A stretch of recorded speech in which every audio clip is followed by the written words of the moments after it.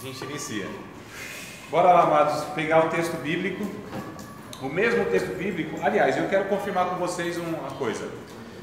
Até onde eu fui na semana passada, que eu acabei não me recordando aqui, eu vou só perguntar se eu falei, tá? Se eu não falei, então eu vou começar daqui, que é o capítulo 28 que a gente falou, né? Lembra? Mateus 19, 20. Falei em fazer discípulos, batizando, ensinando. Até aí eu falei, não? Fazer. Sim, que a tarefa nossa São as três ordens, não é o id, é fazer isso. Isso, mas aí eu falei. 68. 68, exatamente. E a gente ainda vai ler ela, que nós não lemos, né? Aí veio só pedindo para deixar aberto, mas não lemos. Mas só o ponto aqui, que eu não lembro se eu falei a respeito do método e a tônica de Jesus, era o ensino. Cheguei a falar disso, não?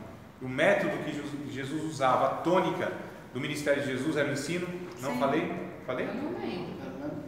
Bom, deixa eu vou começando aqui, vocês vão identificando, né? Vai puxando na memória se eu falei ou não. O Mateus capítulo 4, verso 23, Mateus capítulo 4. Os dois versículos que eu começar aqui, eu acho que vocês já recordam aí se de fato eu falei ou não. O Mateus capítulo 4, verso de número 23, porque o que eu vou trazer para vocês agora, se é que eu já não trouxe, é justamente tentar mostrar que a ênfase, o ministério de Jesus se deu pelo ensino e não pela pregação em si. Pelo menos a pregação como a gente entende pregação hoje, né? Que é aquela questão de você trazer uma mensagem mais de cunho emergencial, circunstancial, imediata, e infelizmente ainda hoje é uma mensagem de cunho emocional, não instrutiva. Então é nesse sentido que eu quero trazer para vocês aqui. Vou pegar os textos bíblicos aqui que mostram, entre outros mais, que mostra que Jesus não era pregador como os pregadores de hoje, nesse sentido, ele não trazia essas mensagens circunstanciais para o momento. Jesus trazia ensino, inclusive, que serve para a vida toda, amados, que é bem diferente daquilo que a gente, o comportamento nosso nas nossas igrejas, né, dos pregadores. Ou seja, a preocupação é trazer um ensino para aquele momento. Não é isso que é a preocupação? Vamos ver o que Deus quer para a gente hoje. Então calma aí, isso deveria ser um devocional de cada um em casa. Aí sim seria algo correto. Então, hoje eu vou refletir na Bíblia, fazer o devocional meu pessoal. Nós deveríamos ensinar todos os cristãos, a todos os membros da igreja, a terem os seus momentos devocionais na sua casa. A gente chama de pão diário, quer dizer, aquele alimento cotidiano, onde cada um de nós abre o texto bíblico. Hoje tem, irmãos, vários livretos que te dão lá 365 mensagens no ano, onde todo dia tem lá, né? Gênesis capítulo 1, verso 1 e 2, aí traz lá uma explanação, uma mensagem, coisa que é aplicado mesmo no dia. Então é aquela mensagenzinha, entre aspas, não é desprezando que é pequenininha, né? Mas aquela mensagenzinha assim, que é mais direcionada para uma reflexão diária. Então isso cada um deve fazer, cada cristão deve fazer, em casa. E na igreja, ou nas reuniões da igreja, nós deveríamos ter, então, mensagens de cunho instrutivo. Todos os cultos, sem exceção, deveria ser isso. Temos hoje, na maioria das igrejas, o chamado culto de doutrina, né? Que entre aspas, culto de doutrina, entre aspas, por quê? Porque ensino nem sempre a gente vê nesses cultos. Resolve-se tanta coisa, se aborda tantas outras coisas, menos o ensino bíblico, ou seja, você pegar um tema bíblico, um assunto bíblico, uma passagem bíblica e ali expor, explanar, explicar, né? Então assim, mesmo culto que seria de ensino bíblico parece que não tem um cunho instrutivo, mas todo culto deveria ser de ensino, sem exceção nenhuma, sem exceção, amados. E aí a gente vai pegar então essa ênfase de Jesus, porque se Jesus tinha esse ministério, como nós que pregamos a palavra optamos por outro? Estranho, né? Se Jesus usou esse, o único método, mostrou pela sua vida que esse era o método eficaz, não só Jesus, irmãos. Paulo, Pedro, Apolo, os apóstolos, eles usavam essas mensagens registradas na Bíblia, é tudo de cunho instrutivo. Não tem aquela pregação que a gente tem efusiva, aquele negócio eloquente que a gente leva as pessoas ao delírio e tal, né? A gente não vê esse perfil, esse método. essa característica em nenhum dos pregadores bíblicos. Então é um negócio meio estranho. Se eles não fizeram isso, por que nós aderimos a isso? Será que a gente achou um método mais eficaz? Eles traziam nas pregações deles a história desde Abraão, profeta, eles, né, até Estevão, chegada, né? Você está pegando Estevão, eu acho, né, Ângela? Estevão, capítulo Felipe 7, pregando para o Eunuco, capítulo né? 8 de Atos. Você lê, você está entendendo o que você está lendo. Partia Aí do ponto da dúvida para instruir. Isso. Olha só, então a gente, só Atos dos Apóstolos, que é o início, e é de fato onde a gente percebe a igreja nascendo, né? As características dessa igreja que ia nascendo, que é um modelo para nós. A igreja de Atos dos Apóstolos é um modelo em vários sentidos, administrativos, como lidar com os problemas doutrinários, a própria pregação, como era e tal. Então a gente percebe que essa era a proposta de Jesus, é a proposta de todos os outros homens de Deus que lidam com a palavra, que lidam com a exposição da palavra. Fique à vontade, viu, minha jovem? Tá bom? Interrompa à vontade, participe, pergunte, discorde. Só não faz pergunta muito difícil que eu me espanto. O aluno novo chegando assim, fazendo aquelas perguntas difíceis, né? É Daiane. Daiane? É? Fique à vontade, Daiane. Bem-vinda. Até aqui passa Yuri, para ela acompanhar na leitura. Então, amados, vamos pegar aqui o capítulo 4 de Mateus, verso 23. 4 e 23 do Evangelho de Mateus. Vai dizer assim, ó: e percorria Jesus toda a Galileia, ensinando nas suas sinagogas e pregando o evangelho do reino e curando todas as enfermidades e moléstias entre o povo. Então a gente percebe aqui, ó, Jesus ia percorrendo, pregando, mas em que forma de pregação? Ensinando, né? Outro texto aqui que a gente vê é o 9, tudo Mateus, tá? Capítulo 9 de Mateus, verso 35. 9 e 35 de Mateus. Bom, se vocês não estão lembrando, então eu não falei não esse ponto aqui, né? 9 e 35 de Mateus. E percorria Jesus todas as cidades e aldeias, ensinando nas sinagogas deles e pregando o evangelho do reino e curando todas as enfermidades e moléstias entre o povo. Parece até ser a mesma ocasião, mas não é.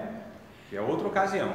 Mas a gente percebe aqui também no relato bíblico que a forma de Jesus pregar é ensino, é ensinando. Quando a gente pega o Sermão do Monte, lembra qual é o Sermão do Monte?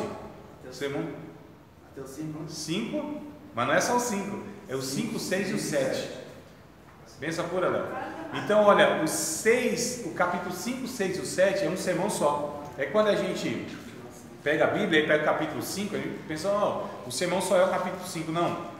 Jesus ele começa no capítulo 5, né? Lá do verso 2. Então vamos pegar aqui, capítulo 5, verso 2. Tudo em Mateus. Mateus 5 e 2. Alguém leia, achando, por favor. E abrindo a boca, os ensinava dizendo. Isso. Então aqui, ó, foi tão rápido aí que não deu nem tempo de eu pensar aqui. Mas é isso mesmo, e abrindo a boca, ensinava dizendo. Então olha só, a expressão ensino, né? O verso 19 aqui: qualquer pois que violar um desses menores mandamentos e assim ensinar aos homens será chamado menor no reino dos céus. Aquele porém que cumprir e ensinar será chamado grande no reino dos céus. Então a palavra ensino é recorrente aqui. Então começa no capítulo 5, verso 2 do Sermão do Monte e acaba no capítulo 7, verso 29. É uma fala só, irmãos. Jesus ele começa lá no capítulo 5, verso 2, se assenta lá naquela montanha, né? Naquele outeiro, começa a ensinar o capítulo 5, verso 2. Ele vai ensinando o capítulo 5, 6, o 7, e aí acaba no 7 e 29. Ó. Então, não é que foi um dia o 5, outro dia o 6, outro dia o 7. Foi um ensino, uma aula só. Né? Não sei se teve cafezinho no meio, um lanchinho e tal. Acho que não, né? Não teve. Se a Ângela estivesse organizando lá, ia ter. Então, olha só, capítulo 7, verso 28 e 29 principalmente. O 28, aconteceu que concluindo Jesus este discurso, ou seja, o ensino, a multidão se admirou do que? Da sua doutrina, porquanto os ensinava com autoridade e não como os escribas. Então outra vez aqui a palavra doutrina e ensinamento. Então, todas as ocasiões que Jesus abria sua boca para falar algo concernente ao reino de Deus, e ele só abria a boca para falar algo concernente ao reino de Deus, era no cunho instrutivo, de ensino, amados, doutrina. Então, Jesus, ele era um mestre por excelência, ele era um ensinador por excelência, ele ensinava por parábolas, ele ensinava por figuras, ele ensinava verdades do reino de Deus, inclusive para uma pessoa e para a multidão da mesma forma. Jesus não mudava a sua disposição, nem o conteúdo do seu ensino, porque tinha na sua frente uma pessoa, né? Daí a gente vê a importância do discipulado pessoal. Não há só essa necessidade do discipulado coletivo na igreja, mas esse discipulado pessoal, onde eu caminho com uma pessoa, onde eu instruo uma pessoa, onde eu me disponho a essa uma pessoa e caminho com ela até que ela possa chegar também a uma maturidade e instrua outras pessoas. Essa é a proposta do Evangelho. E quando a gente pega, por exemplo, João, capítulo de número 1, Evangelho de João. Ô Léo, está sem um livro aí, é isso? Está sem um livro? Você não pegou não? Não. Passe ali na frente, para trás, por favor. Pensei que eu tinha te entregue. Então vamos lá, amados. João, capítulo de número 1. Já vai começar a aula de hoje. Você não está falando mais do que Já, era para ter falado. já desde o início eu estou começando a aula de hoje. É porque isso você falou que pensou que tinha falado na outra aula, eu anotei junto com a da outra aula. E isso pode, não ter nada, deixa aí tudo direto. O ensino só é igual de Jesus, 5, 6 e 7, tá tudo junto. Então, a aula 2 e a 3 e vai ter a 4 é uma conversa só, nada. Então, ó, amados, capítulo de número 1 de João, a gente percebe aqui que Jesus, no capítulo 1, a partir do verso 35, Jesus, ele chama, né, o primeiro discípulo dele, que é André, tá bom? André, primeiro, guarde isso, é importante. André é o primeiro discípulo de Jesus, não é Pedro coisa nenhuma, viu? Estão querendo aí me prejudicar na história. Então, a partir do verso número 35, ó, no dia seguinte, João estava outra vez ali, na companhia de 2 dos seus discípulos, que era de fato, um deles era o André. E vendo passar Jesus, disse: eis aqui o Cordeiro de Deus. E os 2 discípulos ouviram dizer isso e seguiram a Jesus. Então eram discípulos de João, passaram a seguir Jesus, porque João não tinha nenhuma vaidade de querer os discípulos para ele, porque ele também entendia que ele era discípulo de Jesus. Ele era um ensinador que não prendia ninguém a ele, porque a missão de João Batista era apontar o Cordeiro de Deus. A nossa semelhança também, amados. Sejam pastores, sejam pregadores, sejam ensinadores, nós devemos levar as pessoas a Cristo para que essas pessoas sigam a Cristo. Sejam discípulos e discípulas de Cristo, tá certo?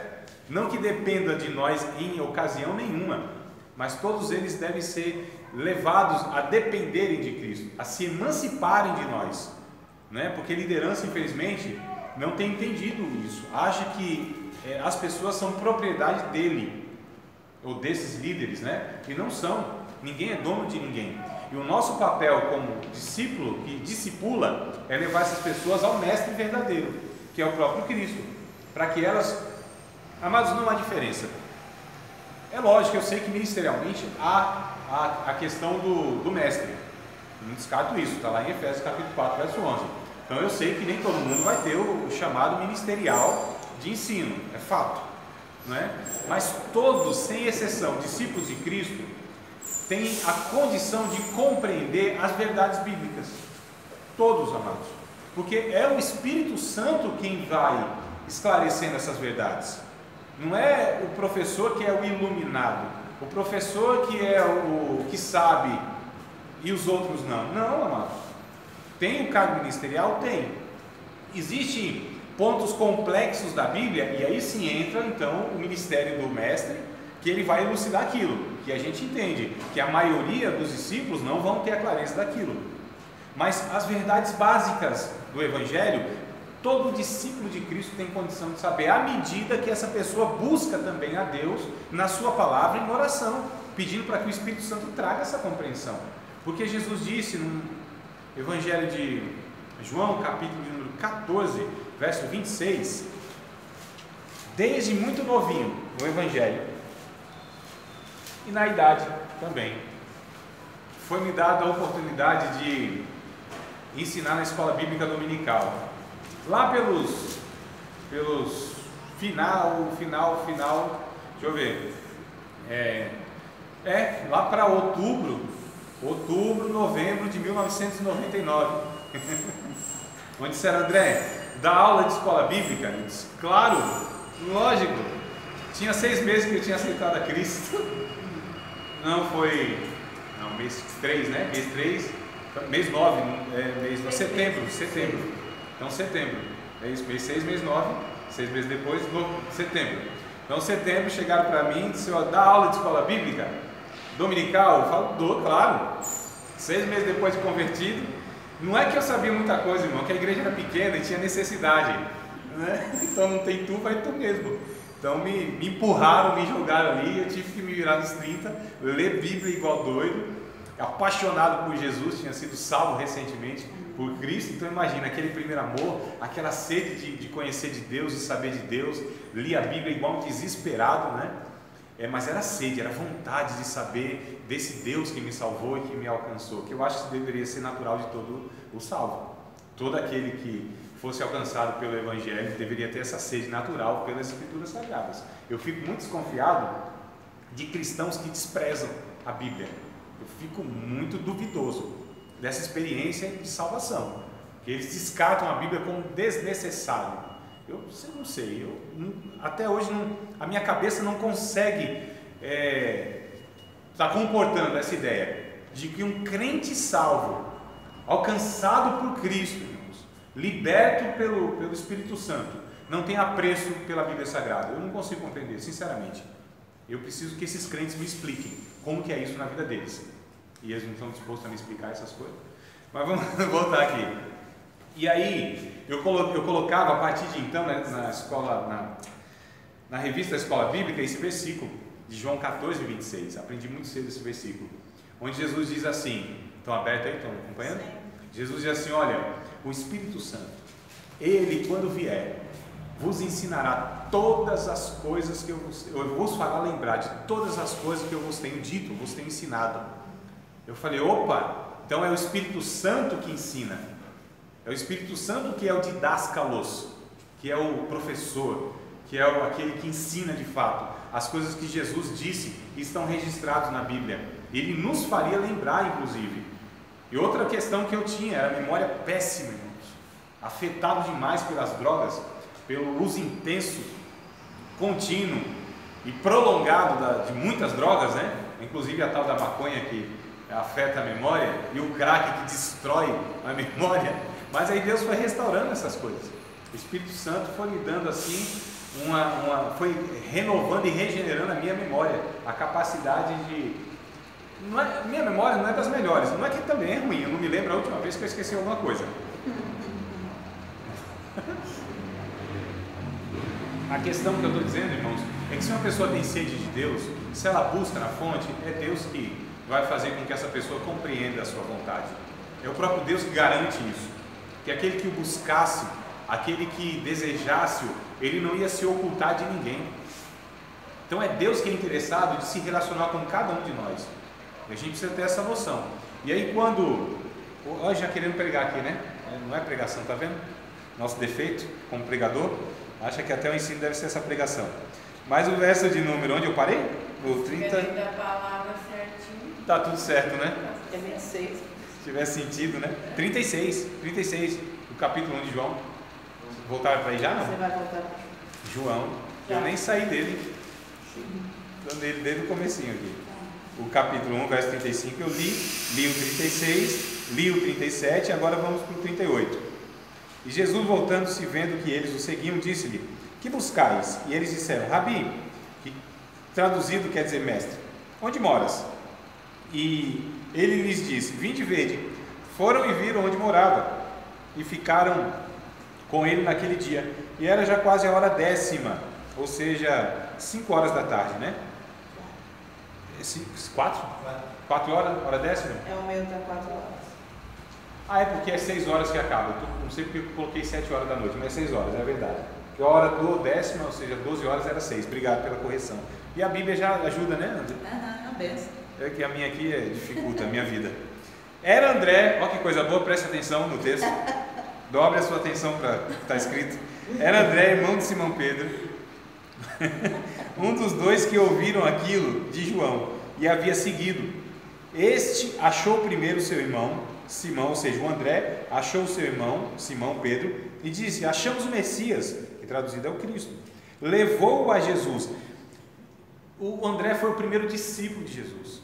André foi o primeiro a levar um outro a Jesus, primeiro a ganhar uma vida para Cristo. Olha aí a importância desse discípulo, mano. Meu Pai amado, que desprezo. E levou-o a Jesus, e olhando Jesus para ele, disse: tu és Simão, filho de Jonas, tu serás chamado Cefas, que quer dizer Pedro. No dia seguinte, quis Jesus ir a Galiléia, e achou a Filipe, e disse a Filipe: segue-me. E Filipe era de Betsaida, cidade também de André e de Pedro. Filipe achou Natanael e disse: olha, havemos achado aquele a quem Moisés escreveu na lei, a quem escreveram os profetas, Jesus de Nazaré. Disse Natanael: pode vir alguma coisa boa de Nazaré? A gente já sabe o desfecho da história, mas o que eu quero tirar aqui é o seguinte: percebe que quando um discípulo encontra Cristo, leva outro a Cristo, que leva outro a Cristo, que leva outro a Cristo. Ou seja, é o discípulo sendo discipulado e discipulando outro. A responsabilidade pessoal que nós temos com todos os nossos irmãos de nos ensinarmos, exortarmos mutuamente, amados, nos pastorearmos mutuamente. Então eu tenho um dever e uma responsabilidade e um privilégio com todos os meus irmãos de ensinar o Evangelho. E aí um exemplo que eu dei para vocês foi dos meus dois filhos, que um tem 11 anos e o outro agora com 6 meses. Que o de 11 anos tem alguma responsabilidade sobre o de 6 meses, porque é mais velho, não é? Você acha que a responsabilidade é só minha e da mãe? Claro que não. Se ele é mais velho, ele tem alguma coisa para contribuir na vida desse menino de 6 meses. Vocês acham que não? À medida da capacidade dele. Eu não vou deixar o menino fazer coisas que não competem à idade dele, mas alguma coisa ele pode contribuir. Como também irmãos que têm 10 anos, 5 anos, 2 anos no Evangelho, aceitou a Cristo, 2 anos. Se tem alguém chegando agora, ele deve ter alguma responsabilidade sobre esse, interceder, dar bom testemunho, né? Deveria ser natural, irmãos, à medida que as pessoas estão no Evangelho, frequentam a igreja, seria natural que essas pessoas fossem mais maduras daqueles que estão chegando agora, que tem menos tempo. Isso deveria ser natural. Né? Eu coloco deveria porque vocês já estão pensando: nossa, André, não é bem assim. Mas deveria. Olha o que diz Hebreus capítulo 5, vamos ler? Não é só questão de idade, é questão mesmo de convivência com o Evangelho. Mas aí eu vou falar para vocês o porquê que nem sempre é assim. Hebreus capítulo de número 5, versículo de número 12 até o 14. Hebreus 5, 12, 13 e 14. Porque devendo já ser mestres, olha, irmãos, o que o autor dos Hebreus aqui está exortando os irmãos: vocês deveriam já ensinar, vocês deveriam ser ensinadores. Por que deveriam ser ensinadores? Pelo tempo, é o que ele coloca aqui, por causa do tempo. Vocês têm 200 anos na igreja, 300 anos que está aí ouvindo os profetas. E agora está sendo. Olha só, né? Tanto tempo nesse negócio de igreja, vai e vem, ouve tanta mensagem, frequenta tanto curso, escola dominical, palestra, ouve tanta coisa aí. Então o tempo que vocês têm denuncia contra vocês quando vocês não correspondem à maturidade. Eu estou trazendo aqui mais ou menos a ideia da cabeça do autor dos Hebreus. É o que ele está fazendo aqui com esses irmãos. Vocês já deveriam ser mestres pelo tempo. Ainda vocês necessitam, isso aqui, irmãos, é uma exortação, tá? É uma bronca. Ainda necessitais de que vos torne a ensinar quais sejam os primeiros rudimentos das palavras de Deus. E vocês foram feitos tais, ou vos haveis feitos tais, que necessitais de leite e não de sólido mantimento. Quantos crentes na igreja há tanto tempo e eles não sabem ensinar a coisa básica do Evangelho? O que é básico do Evangelho? Perdoar, querer o bem do outro, ajudar o outro. Isso é coisa básica, não falar mal da vida do outro. Isso é coisa básica, irmãos. Ninguém está falando de profundidade teológica, está falando de coisa básica. E a gente pega os irmãos que têm lá seus 15, 20, 30 anos frequentando a igreja, ainda com essas práticas, ainda com esse comportamento. Isso é inaceitável. Isso é inadmissível, amados. Porque ninguém acharia natural, por exemplo, vendo meu filho com 3 anos de idade. 3 anos de idade, acho que ele tinha o quê? Uns 90 centímetros, eu acho, por aí. Não, muito, né? É muito, né? Quanto que é isso aqui? Uns 70 centímetros? Por aí. Né? Por aí, né? Então, 3 anos aqui desse tamanho. Aí, depois de uns 8 anos, visse o meu filho novamente. Lembrando, 3 anos de idade, com essa estatura aqui, mas ainda não compreendendo um bocado de coisa, não sabendo falar algumas palavras, enrolando, falando errado e tal, né? Tendo algum comportamento também de egoísmo, não querendo dividir o brinquedo com outra criança. Aí fala, bom, é da idade, né? A gente compreende, mas não aceita. É por isso que a gente educa, para corrigir essas coisas. Mas a gente fala, não, tá? Não é nada assim anormal. Mas a gente vai trabalhando nessa questão, porque sabe que é da idade, mas não é normal, tá certo? Vai ter que ser trabalhado isso. 8 anos depois, esse menino com os mesmos 70 centímetros, esse menino com os mesmos comportamentos de egoísmo, irritado, desobediência, vocês achariam normal isso? Quem acharia isso assim, de boa, tranquilo? Ninguém, né? Por que a gente acha que é natural, então, irmãos, que está tanto tempo na igreja e ainda tem esses comportamentos que deveriam estar lá atrás, quando vieram da sua vida de pecado e que não entendiam a vontade de Deus? Por que a gente acha isso normal e a gente não trabalha isso? Por que a gente não trabalha afinco para que isso seja corrigido? Por que a gente tolera esses comportamentos como se fosse natural, como se fossem pecados assim que, não, esses pecados a gente tolera porque eles são sociáveis, né? Vocês sabem que tem pecado que são socializados, que são esses, de inveja, de fofoca, né? De gente que não perdoa, amargurado na igreja, todo mundo sabe quem é. Mas aí não deixaria uma responsabilidade para o Espírito Santo? Não. É o Espírito Santo que converte? Sim, Ângela, claro, não, é fato. Não, sim, eu estou falando assim, é esse o nosso ponto de vista, né? Sim. Não é o Espírito Santo que converte. Isso, mas eu estou falando assim, como servos de Deus, né? Como crente. Aí eu colocaria, de repente, essa responsabilidade para os líderes, para os pastores. Eu não quero conversar com a pessoa isso. Sim, eu não quero deixar entender que a educação cristã é o salvador da pátria, é o que converte as pessoas. Eu não posso idolatrar a questão da instrução. Eu sei que, no final das contas, se o Espírito Santo não entrar na vida da pessoa e não transformá-la, pode ter o melhor mestre que for, o melhor pregador que for, o melhor pastor que for, a melhor comunidade de fé mais madura que for. Se o Espírito Santo não achar lugar naquele coraçãozinho ruim, não tem como. Mas, por outro lado, a gente não deve negligenciar e jogar tudo nas costas de Deus, como se a gente não tivesse responsabilidade nenhuma. É igual os pais que falam assim, não, é Deus que vai tomar conta desse menino. Que conversa fiada é essa? A responsabilidade é nossa, como pais, de instruir, de dar exemplo. Então nós, como cristãos, nós temos a nossa responsabilidade de instruir os líderes muito mais, os pregadores muito mais, aqueles que lidam com a educação cristã muito mais. O tratamento do pecado, o Espírito Santo usa os dons que Deus deu para a igreja, que são os mestres, os obreiros. Não é o que está escrito em Efésios capítulo 4, verso 11, 12 e 13? Aí vem como a educação cristã. Sem dúvida. Bora ler o texto. Bora.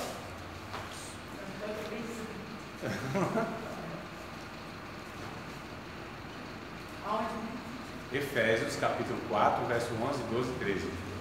Ele mesmo, Jesus, né? A referência é Jesus, ele mesmo deu uns para apóstolos, profetas, evangelistas, pastores e doutores. O que diz o verso 12? Pode ler, irmão Evandro, por favor. Querendo o aperfeiçoamento dos santos, para a obra do ministério, para a edificação do corpo de Cristo. O 13, Evandro. Até que todos cheguemos à unidade da fé e ao conhecimento do Filho de Deus, varão perfeito à medida da estatura completa de Cristo. O 14, varão. Para que não sejamos mais menino inconstante, levado em moda por todo o vento de doutrina, pelo engano dos homens, com astúcias engana fraudulosamente. 15 e 16, agora nem fecha. Antes seguindo a verdade em amor, cresçamos em tudo naquele que é a cabeça de Cristo, no qual todo o corpo, bem ajustado e ligado pelo auxílio de todas as juntas, segundo ajusta a operação de cada parte, faz aumento do corpo para edificação em amor. Olha só que coisa interessante que o irmão Evandro leu para nós aí. O texto vai dizendo desde o verso 11 que Jesus dá dons à igreja. Esses dons que Jesus dá à igreja são pessoas exercendo 5 ministérios aí. E a finalidade desses 5 ministérios exercidos na igreja local, que extrapola a localidade da igreja, mas que começa na localidade, a finalidade, o verso 12, é que Deus quer o aperfeiçoamento. A palavra aperfeiçoamento, aqui nesse texto, é maturidade, tá certo? Uma pessoa perfeita na ótica de Deus é uma pessoa madura, não é uma pessoa perfeita e isenta de pecado, isso não existe, mas uma pessoa madura. Então esse é o significado do aperfeiçoamento. Querendo o aperfeiçoamento de quem? De quem já é santo, né? Então, querendo o aperfeiçoamento dos santos para a obra do ministério, até que nós chegamos à medida e à estatura do varão perfeito, ou seja, do próprio Cristo, para que a gente não seja mais levado em todo vento de roda de doutrina, mas para que a gente possa crescer naquele que é o cabeça, Cristo. O verso 16, eu quero chamar a atenção para vocês nas expressões que tem aqui. Aí, Ângela, a gente vai ver esse ponto que eu estava tentando colocar aqui, do qual todo o corpo, então fala aqui do coletivo, bem ajustado e ligado pelo auxílio de todas as juntas, também ainda o coletivo agindo, segundo a justa operação de cada parte, a responsabilidade é pessoal, no coletivo, faz aumento do corpo para edificação em amor. Então a gente percebe aqui que há uma ação do Espírito Santo na coletividade, sem isentar a particularidade de cada um sobre o todo. Então é responsabilidade de todos, mas muito mais dos mais maduros, daqueles que têm a função que a gente chama aqui de ministério. Então a função de ministério, a finalidade é para que leve esses irmãos à maturidade, a que eles se pareçam mais com Cristo, e que cada um possa assuma essa responsabilidade sobre aqueles que estão chegando, inclusive. Eu trouxe para vocês aqui algo que eu acho muito interessante, amados.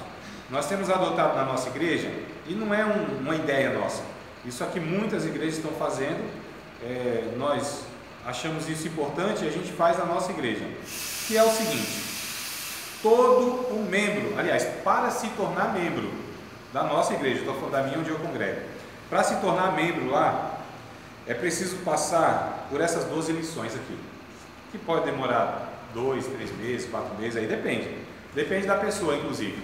A gente deixa a critério da pessoa. Se ela não vier, se a gente falar assim, nós vamos ter as 13 semanas, se ela não vier, ela tem que fazer, 13 não, 10, tá? Nós vamos fazer aqui 10 semanas e cada semana uma lição. E se ela não vier, ela tem que fazer. Se ela decidir fazer em 6 meses, 6 meses. Só que ela não se torna membro antes, não é admitida como membro antes. Se ela demorar um ano, ela não é admitida, seja pastor vindo de outra igreja, seja qualquer outro obreiro, seja um membro, sem função ministerial, seja quem for. É preciso passar por isso aqui para entrar na membresia da igreja. Isso aqui nós entendemos que é uma instrução básica, é um discipulado básico, não é que nós paramos aqui e achamos que isso é suficiente, mas é o mínimo. Você fez? Sim. Não, nós estamos fazendo agora. Todos. Você já começou no embargo também? Sim. Porque você mudou para lá agora, isso, né? Todos. Estou perguntando, você fez? Não, nós adotamos isso agora, igreja. Como nós adotamos agora, vai no embargo, né? A igreja lá tem 3 anos de fundação. Então, como estava vindo bastante irmãos de várias denominações, então nós nos reunimos, lá tem 4 pastores, 4 pastores, eu, pastor administrador, mais 2. Então 4, não tem dificuldade, irmão Ari, de todos se chamar de pastores. Não tem ciúme entre nós. A igreja não é nossa. Quem pregar um melhor que o outro, a gente dá graças a Deus, porque Jesus usou alguém melhor do que a gente para abençoar a igreja. Não tem esse problema entre nós. Então aí nós decidimos que agora, para que a igreja, como são irmãos de várias denominações e novos convertidos chegando, para que eles entendam as características da nossa comunidade de fé, o que nós pensamos a respeito de vários assuntos. Por exemplo, vou pegar aqui, o que é ser um batista? O que a igreja batista acredita? Quais são as nossas características e nossas ênfases? O que nós entendemos por adoração? O que é adoração para nós? Como nós entendemos a adoração, biblicamente falando? A comunhão autêntica. O que é para nós comunhão? Que valor se dá isso? Como que a gente trabalha isso? O que é o discipulado integral? O que a gente entende o que é a integralidade do evangelho na vida de uma pessoa? O que é servir de coração? O que a gente entende como serviço cristão? O que é missões para a gente na prática? Todo cristão para nós tem que ser um missionário na prática. O que a gente entende por isso? A centralidade de Cristo. Nós entendemos que tudo na igreja, mensagem, ensino, nossa vida em si, dentro e fora da igreja inclusive, tem que girar em torno da pessoa de Cristo. Cristo para nós é tudo. Cristo para nós é a palavra e o nome mais desejável de ser ouvido nas pregações, inclusive em qualquer roda de conversa. E o discípulo genuíno, o que nós consideramos uma pessoa discípulo de Cristo, genuinamente falando, é o que a gente vai tentar trabalhar na aula de hoje. Então, só para entender que ninguém é admitido membro da igreja se não passar basicamente por isso aqui, porque conhece, amados, dentro desses 10 lições tem um monte de outras coisas, vai se desdobrando, né? Um monte de assuntos aqui. Aí, a gente tem lá 3 pontos que mostram aqui a nossa identidade como comunidade de fé naquele local. Então nós decidimos aqui mostrar qual é a nossa visão como igreja. Isso, qualquer um que entrar na igreja e quiser ser membro da igreja tem que passar e entender isso aqui, para que ele agregue, amados, para que todos nós possamos ir para uma mesma direção, para que um não faça o que acha que tem que fazer, mas a gente entende que todos precisam ter a clareza. Nós temos que ser proposital no que fazemos. A gente precisa ter intencionalidade no que a gente faz. Para ser uma igreja saudável, relevante, a gente precisa ter uma intenção. Onde a gente quer chegar com essa comunidade de fé? Onde a gente está aqui? Qual é a necessidade do entorno aqui do nosso bairro? Talvez não seja uma periferia que tenha carências sociais, mas se tem classe média aqui, se tem rico aqui no nosso meio, qual é a necessidade deles? Que eles têm necessidade. De repente, eles têm dinheiro de sobra. Tem até saúde, né? Física, mas não tem emocional, estão lá se suicidando, seus filhos estão caindo nas drogas porque não encontraram o sentido da vida. Como que a gente, igreja plantada naquele local, pode ajudar essa comunidade de fé? Então a gente vai entendendo a nossa identidade para que todos venham agregando com seus dons e talentos. E a nossa visão então é uma igreja em seu relacionamento com Deus. Então, dentro dessa visão aplicada na oração, oração para nós é fundamental, é essencial. Não é oração só na igreja não, amados.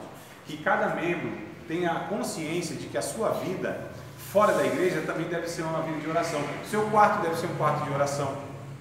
A cozinha onde ele se reúne para as refeições tem que ter oração lá.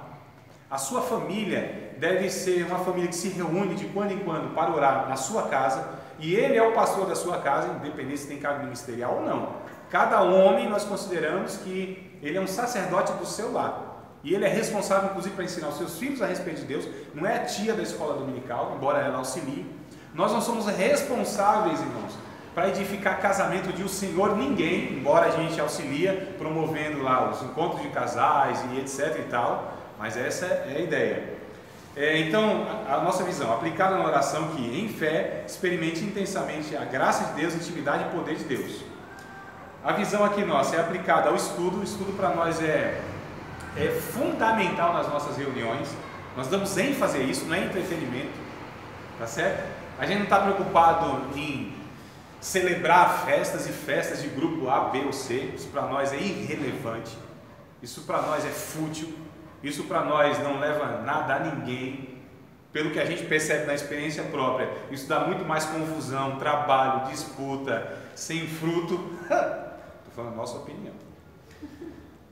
Aplicado ao estudo, conhecedor e praticante da palavra de Deus. Então não é só estudo, a gente se preocupa que a pessoa que estude, ela aplique aquilo na vida, não é que seja um teórico, um sabido das escrituras sagradas, mas não aplique. A gente tem a preocupação que a pessoa viva aquilo que está aprendendo, né?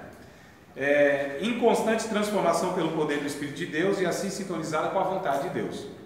Dentro ainda dessa visão que nós temos, que honra a Deus com seus bens, de forma que tenha abundância na provisão para os ministérios que existem na igreja. Então os nossos bens, o dinheiro que Deus nos concede, que a gente conquista pela profissão, pelo exercício, pelo que a gente faz fora da igreja, nós entendemos na nossa visão que esses bens devem ser revertidos para suprir as demandas e as necessidades de todos os ministérios que nós temos, seja de casais, seja com as crianças, seja com o estudo, seja o que for, social. Os nossos bens fazem parte da mordomia, a gente deve contribuir para a igreja. Apenas isso. A nossa missão, nós entendemos como missão. Servir e honrar a Deus. Tá. E para isso, a gente tem que buscar e compreender, obedecer a sua palavra, não tem como. Que missão é essa que a gente não tem a clareza da vontade de Deus nessa missão? Proclamar em amor o Evangelho ao mundo. Então cada cristão na nossa igreja sabe que a nossa missão lá, cada membro tem que se engajar nisso, de evangelizar. Responsabilidade não é só do evangelista, do pregador, do pastor, do líder, todo membro. Essa é a nossa missão como membro daquela igreja. Nossa missão é ensinar as Escrituras para transformá-los à semelhança de Cristo. Aquele que a gente evangeliza, a gente entende que nós temos a responsabilidade, se fui eu que levei essa pessoa a Cristo, é minha responsabilidade ensinar o Evangelho a ela. Para isso eu tenho que entender e conhecer e experimentar o Evangelho, lógico. Ninguém vai dar o que não tem, né? Ensinar o que não sabe, né? Compartilhar uma vida que não experimentou. Ainda a nossa missão é nutrir essas pessoas num relacionamento amoroso com Deus e com o próximo. Nós cortamos pela raiz toda fofoca, calúnia, toda palavra que é prejudicial na vida de um outro irmão. Nós não admitimos isso, para nós é pecado grave. A semelhança de um adultério, a semelhança de qualquer outro pecado que a gente não aceita. Então a gente entende que falar mal da vida do irmão é um pecado grave, porque a nossa missão lá é nutrir, é alimentar a comunhão entre os irmãos, para que a gente seja uma família, que seja uma comunidade terapêutica, que sirva, que sare as feridas e as mágoas na alma um do outro. Então a gente entende que a gente é remédio de Deus, como gotinha na vida de um do outro. E ainda, capacitá-los para o seu serviço. Os nossos valores, nós temos valores lá. Quais são? Fidelidade a Deus e a sua palavra. Isso para nós é um valor. Nós valorizamos isso. Cada discípulo de Cristo naquela comunidade, para ser membro, tem que ser fiel a Deus e a sua palavra. Isso é um valor. Ele tem que viver na dependência de Deus e do Espírito de Deus. Ninguém confia nos seus diplomas, na sua bagagem, na sua experiência, na sua capacidade de realizar nada. Todos nós, do pastor ao novo convertido, nós dependemos, para nós é valor, que cada um tem esse valor na sua vida, que dependa de Deus, que saiba que ele é incapaz de realizar qualquer coisa sem a graça de Deus. É por isso que a gente elimina a vaidade nesse pensamento, né? Essa questão que um é superior ao outro, a gente elimina isso. E a gente dá graças a Deus por um irmão que foi usado lá para nos abençoar. Eu experimentei isso, irmãos. Eu estou falando que eu experimentei isso há poucos meses atrás, quando eu preguei uma mensagem lá, vieram uns 15 irmãos me agradecer, e depois de uma semana estavam me agradecendo, porque eu ministrei uma palavra sobre a vida deles. Uma coisa boa, natural, espontâneo. Você via a gratidão na vida dos irmãos. Eu falei, Jesus, olha só. Outro valor nosso, integridade de caráter e conduta. Para nós o cara pode falar língua estranha, pode ser usado por Deus de uma forma extraordinária. Se não tem caráter, se não é bom esposo, bom pai, honesto, paga as suas contas, não é caloteiro, tá certo? Então, integridade de caráter. É inadmissível um membro da nossa igreja que não seja íntegro no seu caráter. Sabendo disso, a gente trata. Não sabendo, aí fica difícil, não tem como, só Deus, né? Mas a gente aprendeu já que aquilo que o Espírito Santo não revela, a língua do povo entrega. Os nossos valores. E ainda, excelência em tudo que a gente faz. Amados, nós não admitimos nada meia boca, nada. Ou há uma entrega total no que eu faço. Se é para limpar a igreja, tem que ser entrega total, tem que ser feito da melhor forma possível. Eu posso fazer a coisa mais simples que for, um lanchinho para as crianças, lá no domingo de manhã que tem, para os juniores, para os kids lá, mas tem que ser com excelência, com voluntariedade, com gratidão, com prazer, pedindo, assim, deixa eu contribuir, tem que ser com excelência. É um valor para nós. Outro valor, e o último aqui, pluralidade nos dons e talentos. Para nós é um valor que nós temos lá. Ou seja, nós entendemos que Deus usa todos, em todas as suas atividades, dentro e fora da igreja. Que cada profissão que um membro exerce, aquilo deve ser como fazendo para o reino de Deus. Se é um professor, é para o reino de Deus. Se é um gari, é para o reino de Deus. Se é um segurança, um PM, é para o reino de Deus. Nós consideramos que aquilo é um ministério e que eles devem fazer aquilo honrando a Deus. E dentro da igreja também todo ministério é tido como fundamental, importante e jamais inferior a qualquer outro. Então a pluralidade, Deus usa todos, nós entendemos das maneiras que Deus quer usar. Então olha só, amados, isso aqui a gente entende que é parte do discipulado. Eu falei de alguns pontos aqui, eu estou falando de uma proposta que, nossa, tem muita coisa. Vocês passam esse discipulado em 10 tópicos, né? 10 lições, né? 10 lições, tá, mas aí sempre tem pessoas chegando. E todos que chegam a gente vai fazendo isso. Então, tipo, é isso que eu estou falando, vocês especificam um dia da semana, não, vocês particularmente? Não, a gente tenta ver a disponibilidade dos irmãos. E nós que ministramos isso, a gente se vira nos 30 para atender os irmãos. Nós somos servos. A gente precisa se sacrificar para atender esses irmãos que estão chegando. Tanto vocês dão esse discipulado na igreja, como nos lares? Onde for preciso ainda. Mas tem que dar, né? Sim, a gente precisa achar uma maneira de alcançar esse irmão. E fica até uma comunhão, né? Sim. Porque hoje em dia, dentro das igrejas, tem pessoas dentro que a pessoa não sabe nem o nome. Exato. E comunhão para nós é um valor. Comunhão, né? Além da igreja, aquele ali não. Então para nós é um valor. Então o que eu estou dizendo aqui comunhão, né? é que isso aqui a gente não entende que é assim o salvador de tudo. A gente não entende que isso aqui é suficiente, mas o princípio é uma ferramenta que nós entendemos ser proveitosa e a gente aplica isso junto com outras coisas mais que nós entendemos que agrega, que faz parte, que é a vida. Não é isso aqui, pegou o camarada lá 10 lições e agora se vira, toca o barco e vou... Não, a gente entende que isso aqui deve ter continuidade no dia a dia, na nossa convivência diária como comunidade de fé, no nosso contato com os irmãos. E cada um que chega, a gente vai introduzindo ele na família de Deus dessa forma, onde a gente nutre, promove irmãos, porque nós entendemos que ali é uma família. Nós entendemos que ali é um irmão que Deus nos deu o privilégio de ter contato pessoal com ele, seja um adolescente, uma criança, um idoso, quem quer que seja, né? E nós respeitamos a todos igualmente. Não há aniversário de pastor, não há vaga reservada para pastor, tá certo? Não há tratamento VIP para o senhor ninguém. Todos devem ter ali como iguais, servos de Deus. Porque o que passa disso, nós entendemos que é pecado, o que o Tiago diz, que é acepção de pessoa. Ou seja, tratar diferentemente um do outro. Isso é acepção de pessoa, não é? Nossa, endereço da igreja. Não. Eu falo assim, eu não acho que assim é acepção de pessoas. Mas eu, assim... Eu honro quem tem honra. Não, eu não honro quem tem honra, que nem o pastor, ele é honrado. Como que ele é honrado? Assim, né? Deus chamou, separou ele, né? Tratou mais dele, para ele ter um rebanho. Sim, mas como que dá essa honra na prática, Cláudia? Assim, que nem você falou assim, não pode ter uma vaga para pastor, Isso. não pode ser isso. Eu acho que é ser muito radical. Porque eu acho que assim, se você vai um exemplo, deixa eu pegar um exemplo. Você vai lá num fórum, tá lá os magistrados lá. Sim. Todos deles é separado. Isso, tem lá a plaquinha, doutor fulano de tal, juiz fulano de tal. E vamos supor, a vaguinha do carro dele é separada. Tá. Por que de um pastor que tem um monte de ovelhas, que às vezes pega lá, suponhamos, sai lá, por exemplo, sai lá com o carro, tem que sair 1 milhão, porque tem que atender uma ovelha que... Aí volta, não pode pôr na vaga. Por exemplo. Eu vou falar o porquê. Eu vou falar indiscriminado. Tá, eu vou falar o porquê que, por exemplo, nessas estruturas sociais tem e nós não temos. Nós não temos porque a Bíblia não ensina assim. Então, para nós é o suficiente. A Bíblia não ensina, a gente não adere a essa prática. O próprio Jesus disse que nós não deveríamos ter a mesma postura do que tem essa sociedade que julga pessoas superiores sobre as outras.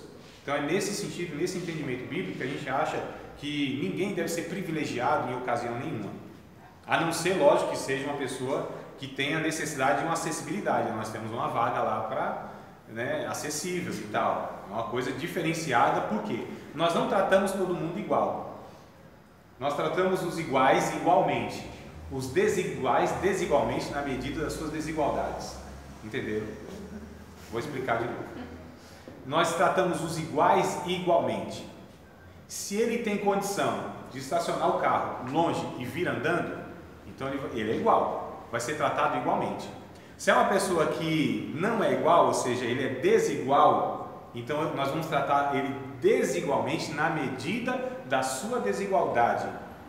Então ele precisa mais, aí ele é tratado diferenciado, porque ele tem uma necessidade. Agora aquele que nós não temos cadeira para fulano, Jesus ensina isso, meus amados. Isso é da hora. Será possível que a gente não lembra dos ensinos de Jesus? Quando disse, olha, cuidado, aliás, é o Tiago que diz isso, né? Jesus diz em outra ocasião, mas o Tiago que diz mais escancaradamente: quando vier alguém na reunião de vocês com anel no dedo, roupa bonitinha, sapato cromo alemão, né? E tal, aquela coisa toda, e aí vocês pegar o coitadozinho lá, desce daí, senta lá e coloca ele lá em cima, o que Tiago diz? Vocês estão tratando de uma forma errada, é acepção de pessoa. A honra se dá no reconhecimento daquela pessoa ser uma autoridade sobre nós, espiritualmente falando, que é um líder. Agora o tratamento, não, aí é pecado, seja vaga, seja... Por que a gente faz aniversário do pastor e não faz do diácono? Concordo. Por quê? Por que a gente não faz do adolescente? Aliás, coitado dos pastores, eles acham que o aniversário é para eles. Não é, amados. Não é, mentira. Não é para eles. O dia que eles deixam de ser pastor daquela igreja, não faz o outro ano. Então não era para o pastor fulano de tal, era para o cargo que ele tinha. Era o interesse que se tinha. Era a bajulação que se dava. As nossas relações são de hipocrisia. Eu trato, na verdade, as pessoas diferentes uma da outra, e a Bíblia trata isso como pecado, amados. A Bíblia ensina, todos nós devemos tratar uns aos outros da mesma maneira, com mais amor. Isso é algo que introjetou, colocaram na igreja, na verdade, como um modelo mundano, pecaminoso, que coloca pessoas superiores às outras. Eu não enxergo biblicamente nenhum ensino que apoie isso, pelo contrário, os ensinos da Bíblia são reprovando esses nossos comportamentos. Diga, né? Ô, professor, mas essa acepção de pessoa existe também quem dizima mais.